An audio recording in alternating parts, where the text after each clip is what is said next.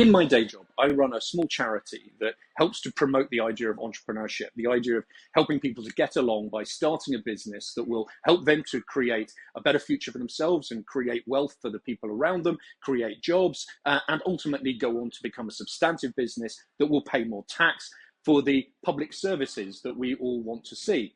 So I spent a lot of the time discovering and looking and thinking about economic data. And that's why I'm really pleased with some of the statistics that have been coming out over the last couple of weeks. The big one has been to see the headline rate of inflation fall to about 2%. That's the top range of the target that the government sets for the Bank of England and others to work towards.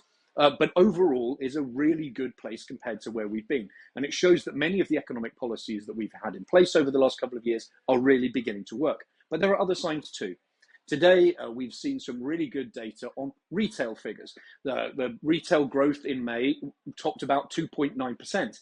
That's way ahead of the forecast of about 1.9%. Why does that matter? Well, retail data tells us what consumers are thinking about. It means we're going out, we're happy to be spending a little bit more money than we were before because we feel things might be getting better too. So with inflation coming down and retail sales going up, there are really good signs that the economy is in a good place. And that's been the case for most of the time since 2010, during which the Conservatives have been in power. In fact, since 2010, the UK economy has grown about 24%. That's more than any other similar country. It's more than France, it's more than Germany, it's more than Italy, and any of the other sort of European peer countries that we might judge ourselves against. It's been a really good record. Has its ups and downs? Sure, but so does every economy. And right now, we're into the early stages of a nice settled growth period where with interest rates and inflation lower than they were, individuals and businesses will be able to make serious long-term investment decisions, which we all desperately need them to do, to be able to grow the economy further, create more of that wealth, create better standards of living for everybody, and generate more of the tax that we want for everything from the NHS and schools to defence. But sometimes there are problems that come along which government policies can't directly address, they can only manage. And we've seen several of those in the last couple of years. Most obviously, COVID. COVID was like going into a major war for 2 years. We spent billions on that, and it had a really detrimental effect on the amount of national debt.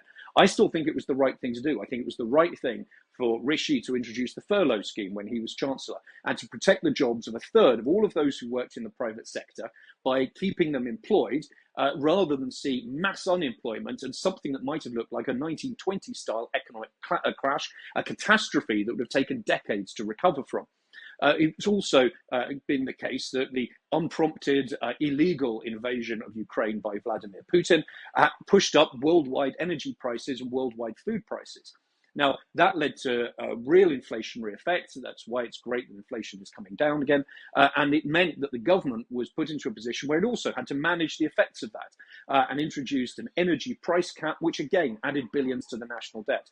Now, national debt is really bad when it gets beyond a certain point. Firstly, the government spends loads of money paying on interest. That's just like, when you borrow on your credit card and you have to spend too much money at high interest rates. And the more you borrow, the less safe people feel that you are, the more the interest rate.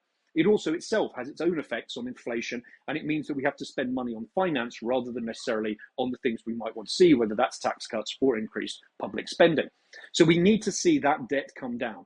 When it has begun to come down, when we have got a control of the economy, we should look to reduce taxes away from this high that we've reached right now in order to be able to encourage more growth in the future. We should not be looking at this as the new normal and the basis from which we can increase taxes in the future, which is exactly what Labour's doing. And today there was a story in The Guardian about some unpublished tax plans that the Labour Party has to increase capital gains tax by about 8 billion a year. And that's because they want to tax those very people who are creating wealth, small business owners, when they want to hand their business on to the next generation.